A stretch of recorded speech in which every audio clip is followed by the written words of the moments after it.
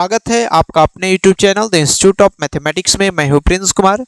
हम लोग जो है इस क्लास में पढ़ेंगे क्लास 10th के ट्रिग्नोमेट्री त्रिकोणमिति चैप्टर को, जिस चैप्टर से आपके पेपर में सबसे अधिक नंबर के प्रश्न पूछे जाते हैं। तो चलिए क्लास के स्टार्ट करते हैं। त्रिकोणमिति में हम लोग क्या करते हैं, ये जो त्रिकोणमिति चैप्टर है, इस ट्रिग्नोमेट्री में हम लोग बेसिकली एक समकोण त्रिभुज के बारे में अध्ययन करते हैं, एक राइट एंगल ट्रायंगल के बारे में पढ़ते हैं। राइट एंगल ट्रायंगल या समकोण त्रिभुज एक वैसे त्रिभुज को कहते हैं जिसका एक कोण 90 डिग्री का होता है। ऐसे त्रिभुज को समकोण त्रिभुज कहा जाता है। तो इस त्रिकोणमिति में, इस ट्रिग्नोमेट्री में हम लोग एक समकोण त्रिभुज के तीनों कोण और तीनों भुजाओं के बीच में जो रिलेशंस बनते हैं, उन्हीं को हम लोग जो है सो पूरे चैप्टर में अध्ययन करते हैं या जो है सो पढ़ने का काम करते हैं। आई बात समझ में? तो त्रिकोणमिति क्या है? त्रिकोणमिति एक ऐसा चैप्टर है जिस चैप्टर में हम लोग एक समकोण त्रिभुज, एक राइट एंगल ट्रायंगल के तीनों एंगल यानी कि कोण और उनके भुजाओं के बीच में रिलेशंस जो बनते हैं, उन्हीं के बारे में हम लोग क्या करते हैं, पढ़ते हैं। समकोण त्रिभुज कहते हैं एक वैसे त्रिभुज को जिसका एक कोण एक एंगल 90 डिग्री का होता है। ऐसे त्रिभुज को समकोण त्रिभुज कहा जाता है। समकोण त्रिभुज में जो समकोण की जो सामने वाली भुजा होती है, समकोण की जो सामने वाली भुजा होती है, पूरे त्रिभुज की सबसे बड़ी भुजा होती है, सबसे लार्जेस्ट साइड होता है, और इसको हम लोग हाइपोटेनियस कहते हैं, या हिंदी में इसको जो है सो कर्ण कहा जाता है। ठीक है, इसको क्या कहते हैं? कर्ण कहते हैं।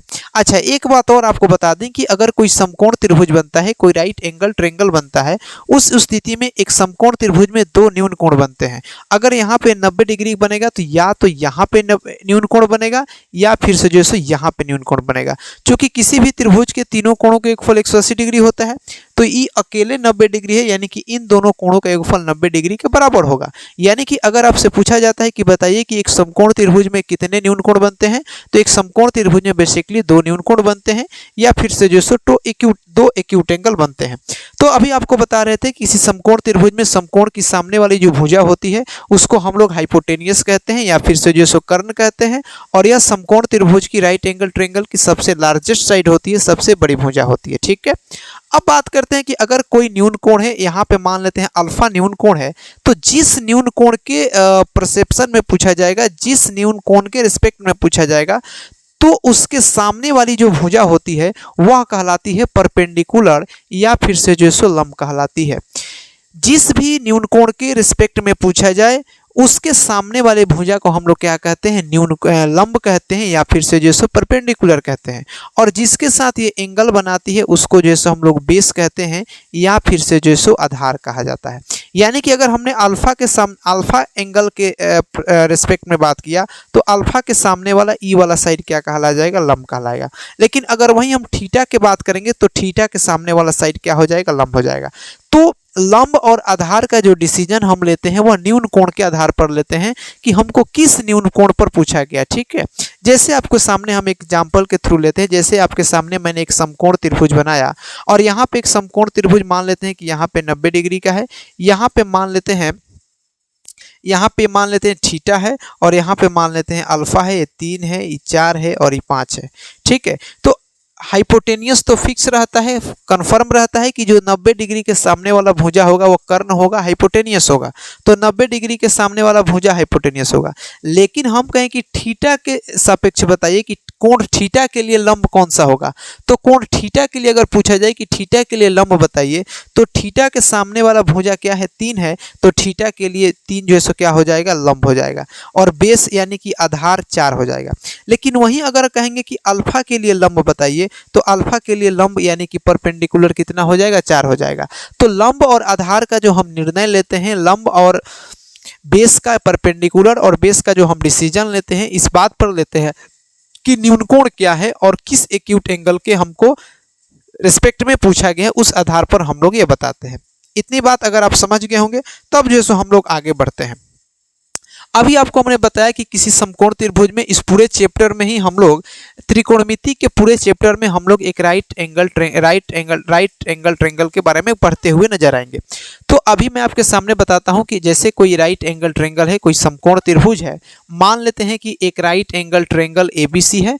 यहाँ पे कोण B पर जो है सो कितने डिग्री का कोण बनता है? 90 डिग्री का कोण बनता है। तो इस 90 डिग्री के सामने वाला भुजा क्या कहलाती है? हाइपोटेनियस कहलाती है।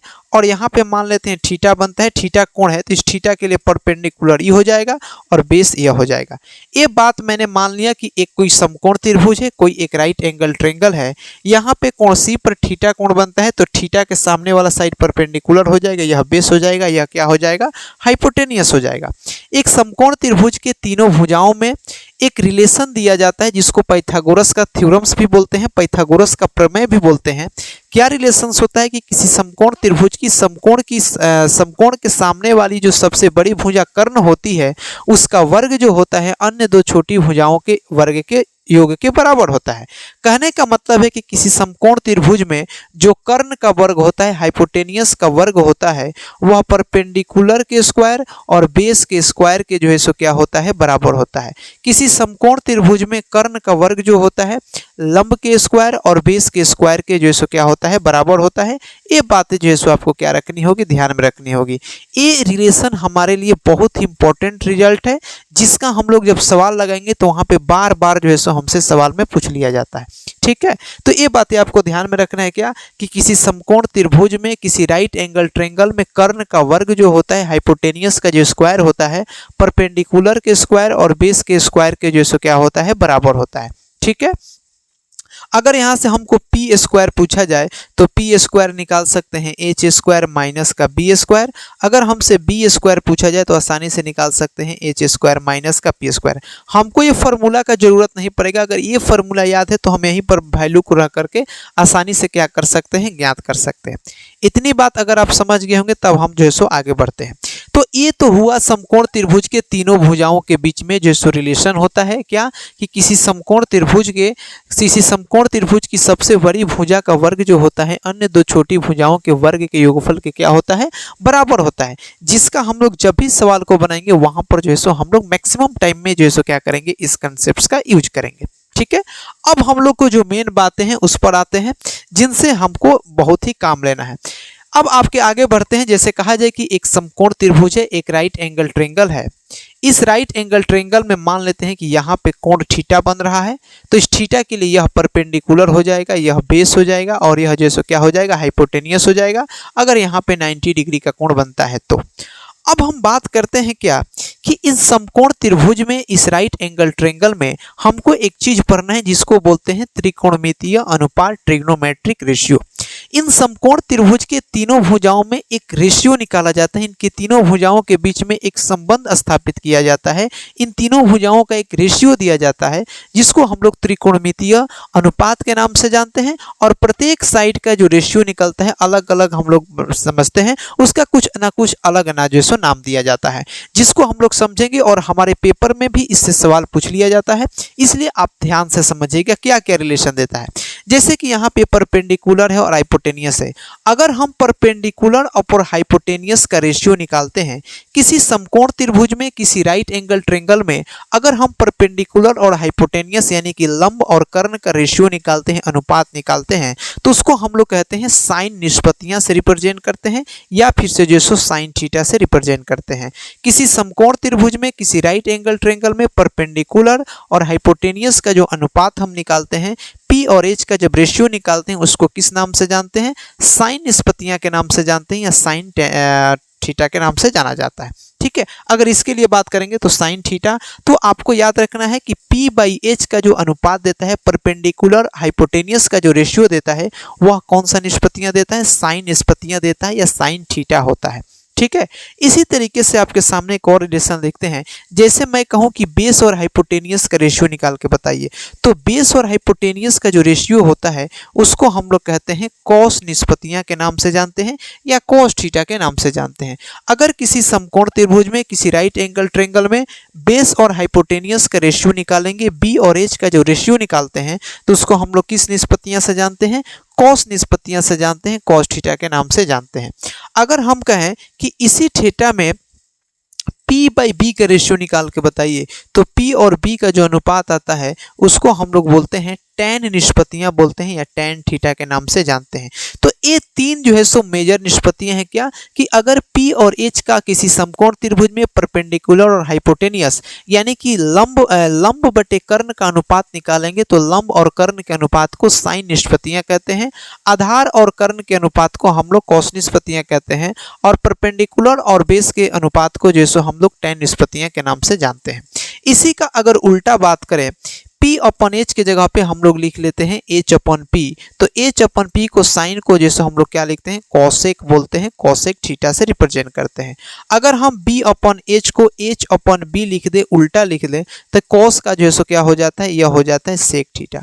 अगर P अपन B को हम लोग B अपन P लिख ले तो इसको जैसे हम लोग क्या लिख सकते हैं कॉट थीटा के नाम से जैसे क्या कर सकते हैं, लिख सकते हैं। तो ये बातें हमको ध्यान में रखनी है क्या कि एक समकोण त्रिभुज में, एक राइट एंगल ट्रायंगल में इन तीनों भुजाओं के बीच में कुछ रिलेशंस होते हैं जिसको ध्यान में रखना है। अगर P और H का अनुपात पूछा जाएगा तो क्या होगा साइन थीटा, B और H का अनुपात जो पूछा जाएगा वो क्या हो जाएगा कॉस थीटा, P अपन B का जो अनुपात होगा वह क्या हो जाएगा टेन थीटा। इसी का उल्टा लिखते हैं, अगर H अपन P का रेशियो निकालेंगे तो क्या हो जाएगा कोसेक थीटा, अगर H और B का जब रेशियो निकालेंगे तो क्या हो जाएगा सेक थीटा, B अपन P का जब रेशियो निकालेंगे तो क्या हो जाएगा कॉट थीटा हो जाएगा। इतनी बात समझ गए होंगे। अब जो है सो हम इस सभी चीज़ों को आगे बढ़ते हैं। हमको आशा है कि आप इस रेशियो को याद रखेंगे और बहुत ही महत्वपूर्ण रेशियो है, बहुत ही इंपॉर्टेंट अनुपात है जिसको हम लोगों को क्या रखना है, याद रखना है। ठीक है, अगर आप इसको नोट कर लिए हैं तो हम आगे बढ़ते हैं। अब जो है सो आगे बढ़ते हैं क्या कि इनमें जो है सो कुछ रिलेशंस होते हैं, कुछ फार्मूलाज होते हैं जिन फार्मूला का हम लोग सवाल को बनाते समय इस चैप्टर में यूज करेंगे। क्या रिलेशंस होता है, एक ही साथ सारे फार्मूला को हम देख लेंगे, फिर से जो है सो सवाल लगाने का काम करेंगे। चूंकि अब हमारे पास समय है नहीं, इसीलिए हम ज़्यादा टाइम टेकन प्रोसेस नहीं करेंगे। अब आपको सामने एक रिलेशंस आपको हम दिखाते हैं। जैसे मैं कहता हूँ कि एक बात बताइए कि साइन थीटा, यहाँ से इस रेशियो से आपने एक निष्कर्ष पहुंचा क्या कि साइन का जो उल्टा होता है वह क्या होता है कोसेक थीटा होता है। साइन का रेशियो P अपन H होता है तो कोसेक का उल्टा H अपन P होता है। इस बात से सीधा सीधी पता चलता है कि साइन निष्पत्तियां यानी कि साइन जो होता है किसके इन्वर्स होता है कोसेक के, यानी कि साइन और कोसेक एक दूसरे के क्या होते हैं उल्टा होते हैं, इन्वर्स होते हैं। उसी तरीके से जो कॉस थीटा होता है, कॉस किसके होता है, कॉस किसके उल्टा होता है सेक थीटा के, यानी कि सेक थीटा का उल्टा कॉस थीटा होता है, कॉस थीटा का उल्टा सेक थीटा होता है। उसी तरीके से हमने देखा कि टैन थीटा जो होती है, टैन निष्पत्तियां किसके बराबर होती है, कॉट थीटा के बराबर होती है। टैन कॉट के उल्टा होती है और कॉट जो है सो किसके उल्टा होती है, टैन थीटा के उल्टा होती है। यहाँ से हमें निष्कर्ष पर पहुंचे, अगर पूछा जाए कि साइन का उल्टा क्या होगा, अपोजिट क्या होगा, तो कोसेक होगा। अगर पूछा जाए कि कॉस का अपोजिट क्या होगा, तो साइन होगा। कॉस का अपोजिट क्या होगा, तो सेक होगा। सेक का अपोजिट क्या होगा, तो कॉस होगा। टैन का अपोजिट क्या होगा, कॉट होगा। और कॉट का अपोजिट क्या होगा, टैन होगा। इतनी अगर आप बात को समझ गए होंगे तब एक आपके बीच में इन तीनों रिजल्ट में बहुत ही खूबसूरत रिलेशंस होता है जिसको हम लोग सवाल को लगाते समय बहुत ही बार इसको यूज करते हैं। क्या रिलेशंस होता है, जैसे मैं कहूँ कि आपको तो ये बात पता चल गया है कि साइन थीटा और कोसेक थीटा एक दूसरे के उल्टा होते हैं या फिर से जो अपोजिट्स होते हैं। तो मैं थोड़ा सा दिमाग लगाऊं और कहूं कि ये बताइए कि साइन थीटा में अगर हम कोसेक थीटा से गुणा करा देंगे तो रिजल्ट कितना आएगा। अगर मैं कहता हूं कि एक बात बताइए, साइन थीटा में उसके अपोजिट अगर कोसेक थीटा से मल्टीप्लाई किया जाए, गुणा कराया जाए, तो रिजल्ट जो है सो कितना आएगा। तो आप कहिएगा कि देखिए गुरु, साइन थीटा को हम लोग लिख सकते हैं P अपन H लिख सकते हैं, इनटू कोसेक थीटा को हम लोग H अपन P लिख सकते हैं। क्योंकि साइन का रेशियो P अपन H देता है तो कोसेक का रेशियो H अपन P देगा। यहाँ से H से H कैंसिल होगा, P से P कैंसिल होगा और दोनों कट करके रिजल्ट कितना देंगे, 1 देंगे। तो यहाँ से आप तो एक बात निकाल सकते हैं सर क्या कि साइन थीटा में अगर उसके उल्टा हम कोसेक थीटा से मल्टीप्लाई कराते हैं तो रिजल्ट जो है कितना आएगा, 1 आएगा। यानी कि साइन थीटा में उसके अपोजिट ट्रिग्नोमेट्रिक टेंजेंट से, उसके अपोजिट ट्रिग्नोमेट्रिय निष्पत्तियां से अगर हम गुणा कराते हैं तो रिजल्ट किसके बराबर होता है, 1 के बराबर होता है। मतलब कि साइन थीटा में हम कोसेक थीटा से गुणा करेंगे तो रिजल्ट कितना होगा, 1 होगा। तो यहाँ से अगर मैं पूछूं कि बताइए साइन थीटा को हम लोग क्या लिख सकते हैं, तो साइन थीटा को हम लोग लिख सकते हैं 1 अपॉन कोसेक थीटा।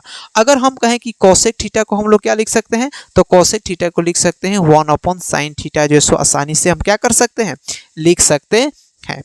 आई बात समझ में। इसी का उल्टा अगर हम कहें कि अब आप एक बात बताइए, दूसरी बात मैं कहता हूं कि आप cos थीटा में sec थीटा से मल्टीप्लाई करके बताइए, तो एज इट इज होगा। जैसे cos थीटा का रेशियो कौन देता है, b अपॉन h देता है, तो sec थीटा का ratio b h upon b देगा, h से h कटेगा, b से b कटेगा, कट करके रिजल्ट कितना देगा, 1 देगा। यानी कि यहां से हमने यह भी निष्कर्ष निकाला क्या कि cos थीटा में अगर हम sec थीटा से मल्टीप्लाई कराएंगे तो रिजल्ट कितना आ जाएगा, 1 आ जाएगा। यानी कि cos में sec से मल्टीप्लाई कराएंगे तो रिजल्ट कितना होगा, 1 होगा। अगर हम कहते हैं कि यहां से आप cos थीटा का मान निकालिए, तो cos थीटा के बदले हम लिख सकते हैं 1 अपॉन sec थीटा, और sec थीटा के बदले हम लिख सकते हैं 1 अपॉन cos थीटा। ये चीजें आपको क्या रखनी है, ध्यान में रखनी है कि sin थीटा जो है सो बराबर हो जाएगा 1 अपॉन cosec थीटा के, और cosec थीटा बराबर हो जाएगा 1 अपॉन sin थीटा के। cos थीटा बराबर हो जाएगा 1 अपॉन sec थीटा के, और sec थीटा जो है सो बराबर हो जाएगा 1 बाई cos थीटा के। आई बात समझ में। ये बहुत ही खूबसूरत रिलेशन है जिसको हम लोग को क्या रखना है, ध्यान में रखना है। अब जो है सो इसी तरीके से हम यह भी दिखा सकते हैं कि क्या, एक बात बताइए, जैसे हमने इसको दिखाया कि tan थीटा में अगर cot थीटा से गुणा कराएंगे तो 1 आएगा कि नहीं आएगा, निश्चित रूप से आएगा। तो क्या हम लोग tan थीटा को 1 बाई cot थीटा और cot थीटा को क्या हम लोग 1 बाई tan थीटा लिख सकते हैं कि नहीं लिख सकते हैं, निश्चित रूप से लिख सकते हैं।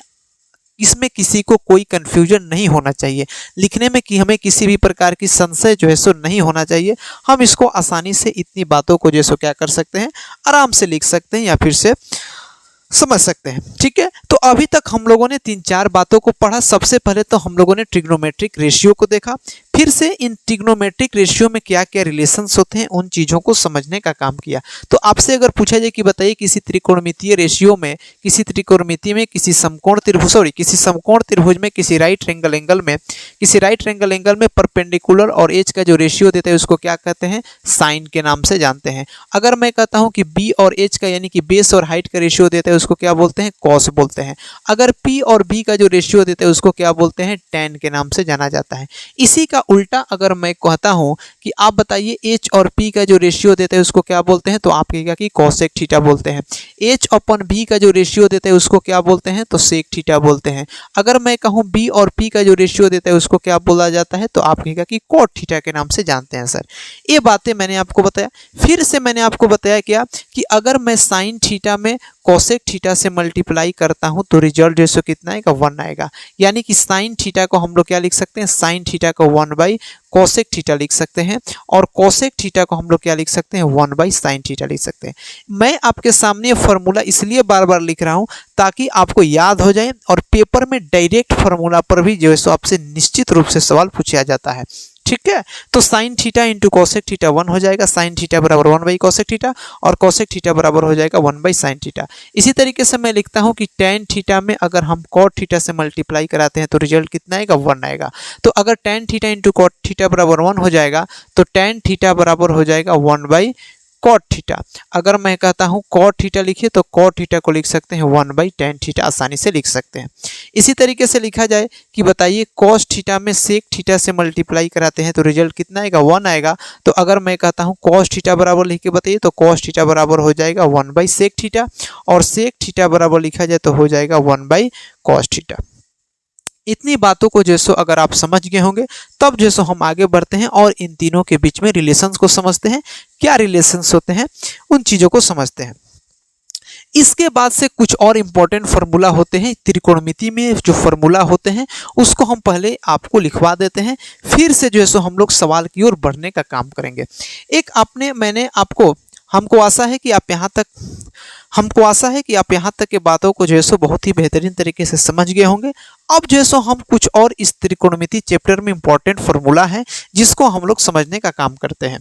जैसे मैंने आपके सामने एक रिलेशन लिखा था क्या कि किसी समकोण त्रिभुज में एच स्क्वायर जो होता है P square plus B square के क्या होता है, बराबर होता है। ये मैंने आपको संबंध मैंने शुरू के ही क्लास जब मैंने स्टार्ट किया था उसी समय बताया था क्या कि किसी राइट एंगल ट्रायंगल की जो कर्ण की स्क्वायर होता है, हाइपोटेनियस का जो वर्ग होता है, लंब के स्क्वायर प्लस आधार के स्क्वायर के जो क्या होता है, बराबर होता है। इस बात को मैंने शुरू में ही बताया था।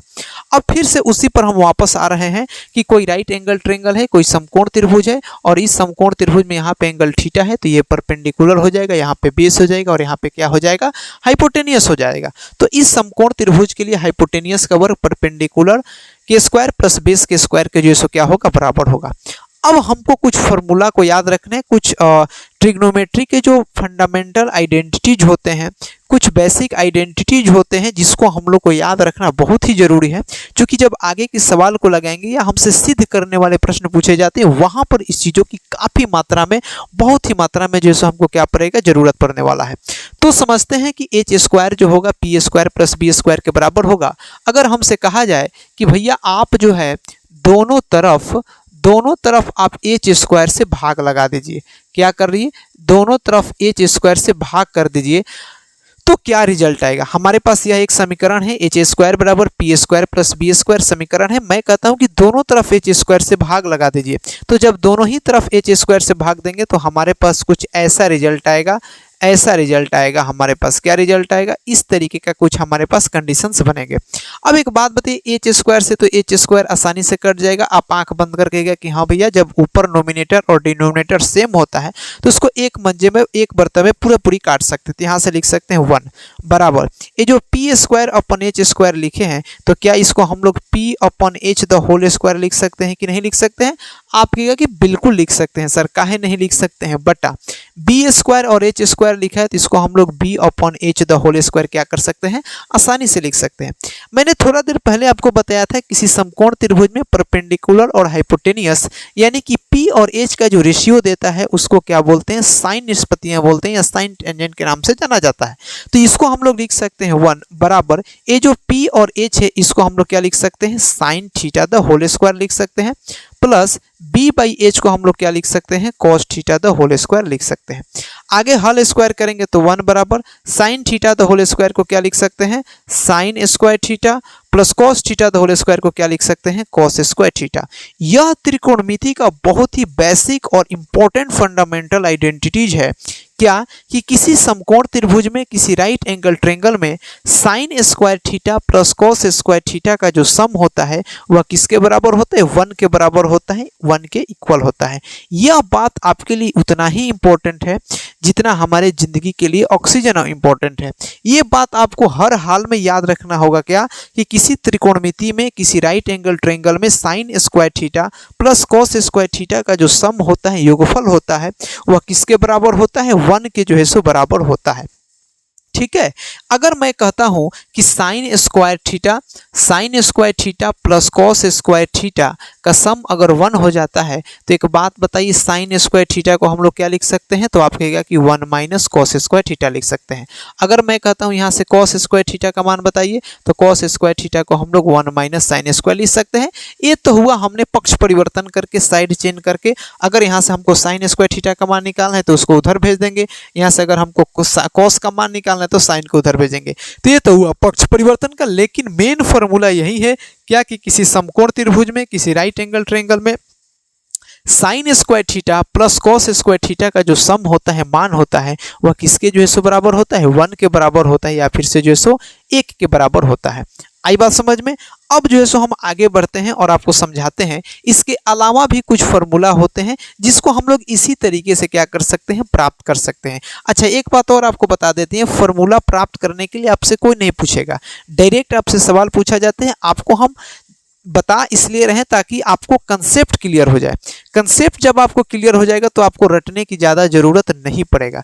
जब तक आप हाउ एंड वाई चीज़ें नहीं जानते हैं तब तक आपको चीज़ें थोड़ा सा डिफ़िकल्ट लगती है, लेकिन जब आपको हाउ एंड वाई बता दिया जाता है तब चीज़ें आपको जो सो आसान लगने लगती है। लेकिन अभी हमारे पास उतना समय नहीं है कि आपको हाउ एंड वाई बताया जाए। अभी हमारे पास बहुत ही लिमिटेड टाइम है, बहुत ही सीमित समय है, इसीलिए आपको हम बहुत ही ब्रीफली में समझाते हुए चलेंगे, बहुत शॉर्ट में समझाते हुए चलेंगे ताकि आपको समझ में भी आ जाए और हम जहाँ तक ले जाना चाहते हैं आपके बोर्ड एग्जाम के लिए, जो वहाँ से आपके लिए जो सवाल को कराना चाहते हैं आपके बोर्ड मॉडल के लिए, वहाँ पर भी हम लोग पहुँच सके। इसलिए हम लोग को ज़्यादा डिटेल में नहीं जानना है, हम लोग बिल्कुल ब्रीफ में समझेंगे, संक्षिप्त में जो सो समझते हुए आगे बढ़ जाएंगे ताकि सांप भी मर जाए और लाठी भी हमारा नहीं टूटे। ऐसा नहीं कि एक ही चैप्टर को पढ़ने में पूरा 1 मंथ खत्म कर देंगे। अगर डिटेल में पढ़ा जाए तो ट्रिग्नोमेट्री बहुत ही लंबा चैप्टर है, बहुत एक लंबा चैप्टर इसको माना जाता है, सबसे लंबा चैप्टर में आता है। इसको एक लंबे टाइम पीरियड में पढ़ा जाता है जब हम लोग पूरी सिलेबस पढ़ रहे होते हैं तब। लेकिन अभी हम आपके सामने बिल्कुल ब्रीफ में इसको समझा देते हैं। इसी तरीके से आपके सामने एक और रिलेशन लिखा जाता है, एच स्क्वायर बराबर क्या होता है, P square plus B square के बराबर होता है। इसके पहले हमने एच स्क्वायर से दोनों पक्षों में भाग लगाया था। इस बार हम क्या करते हैं कि दोनों तरफ पी स्क्वायर से भाग लगा देते हैं। अब मैं कहता हूं कि भैया आप दोनों तरफ पी स्क्वायर से भाग लगाइए, इधर भी पी स्क्वायर से भाग लगाइए, इधर भी पी स्क्वायर से भाग लगाइए। जैसे ही ऐसा करते हैं तो ये देखिए पी स्क्वायर से पी स्क्वायर खत्म हो जाएगा, ई वाला प्लस में है, दूसरे तरफ उठा के भेज देंगे तो किस में चला जाएगा, माइनस में चला जाएगा। तो इसको हम लोग लिख सकते हैं H square upon P square minus का बी स्क्वायर अपॉन का पी स्क्वायर लिख सकते हैं।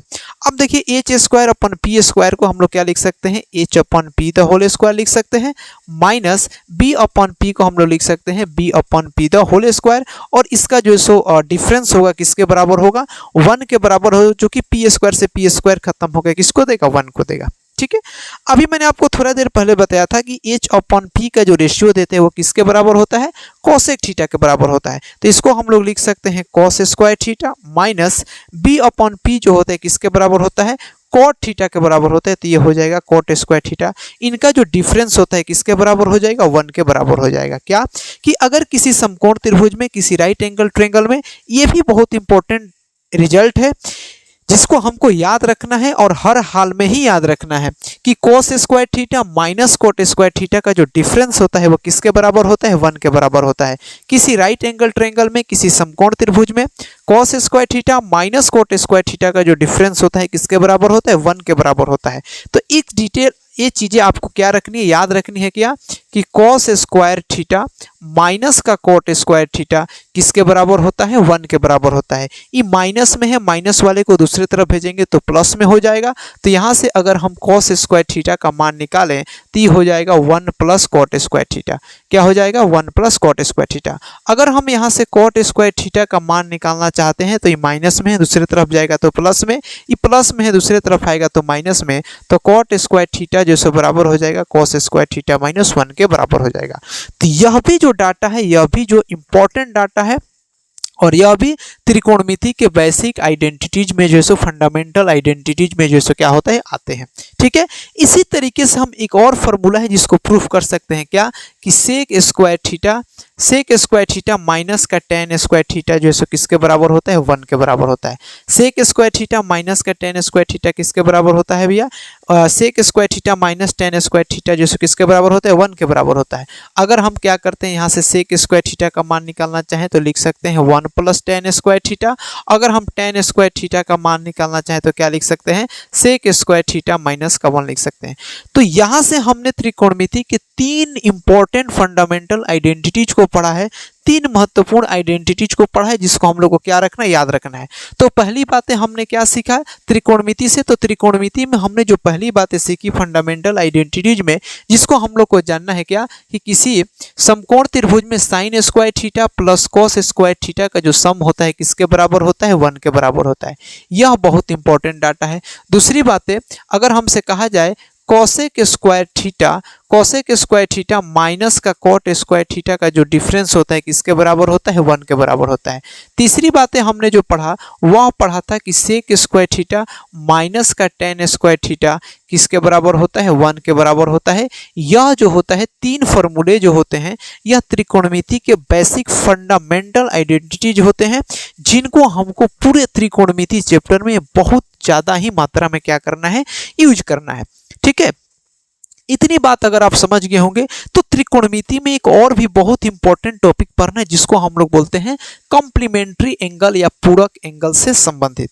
क्या होती है पूरक कोण, आइए समझते हैं, थोड़ा देर में आपको समझा देते हैं। एक आपने शब्द सुना होगा पूरक कोण के बारे में। पूरक कोण को अंग्रेजी में अगर बात करें तो पूरक कोण को अंग्रेजी में बोला जाता है कॉम्प्लीमेंट्री एंगल। कॉम्प्लीमेंट्री एंगल के नाम से जानते हैं, पूरक कोण के नाम से जाना जाता है। ये पूरक कोण आखिर होता क्या है, तो पूरक कोण वैसे दो कोण को कहा जाता है जिन दो कोणों का योगफल किसके बराबर होता है, 90 डिग्री के बराबर होता है। वे दोनों कोण एक दूसरे के पूरक कोण कहलाते हैं या कॉम्प्लीमेंट्री एंगल कहलाते हैं। जैसे मान लेते हैं कि हमारे पास दो कोण है, एक ए है और एक बी है। अगर इन दोनों कोणों का योगफल किसके बराबर हो जाए, 90 डिग्री के बराबर हो जाए तो ए का पूरक बी कहलाएगा और बी का पूरक जो सो क्या कहलाएगा, ए कहलाएगा। ए का कॉम्प्लीमेंट्री बी कहलाएगा और बी का कॉम्प्लीमेंट्री क्या कहलाएगा, ए कहलाएगा। इस बात को हमको जानना बेहद ही जरूरी है। क्या कि अगर किसी दो कोण का योगफल अगर sum of two angle is equal to 90 डिग्री, अगर दो एंगल का योगफल अगर 90 डिग्री के बराबर होता है तो वे दोनों कोण एक दूसरे के पूरक कोण कहलाते हैं या दोनों कोण एक दूसरे के कॉम्प्लीमेंट्री एंगल कहलाते हैं। ठीक है, अब कॉम्प्लीमेंट्री एंगल से कैसे सवाल पूछते हैं आइए समझते हैं।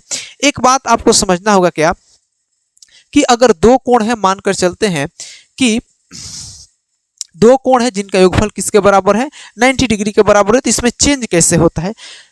तो अगर मैं कहता हूं कि साइन 90 माइनस थीटा का मान पूछा जाए, साइन 90 माइनस थीटा, तो जो साइन होता है जब भी हमसे 90 डिग्री पर, जब आप इसको डिटेल में अभी आपको नहीं बताने, बिल्कुल ब्रीफ में समझा देते हैं जबकि आपको याद रहेगा सवाल बनाते समय। ठीक है, अगर कहता हूं कि साइन 90 माइनस थीटा का मान बताइए, तो साइन 90 माइनस थीटा जो है किसके बराबर होता है, कॉस थीटा के बराबर होता है। अगर मैं कहता हूं कि कॉस 90 माइनस थीटा का मान बताइए, तो कॉस 90 माइनस थीटा जो है किसके बराबर होता है, साइन थीटा के बराबर होता है। ये बात आपको दोनों तरीके से याद रखनी है क्या कि साइन 90 माइनस थीटा जो है किसके बराबर होता है, कॉस थीटा के बराबर होता है, और कॉस 90 माइनस थीटा जो है किसके बराबर होता है, साइन थीटा के बराबर होता है।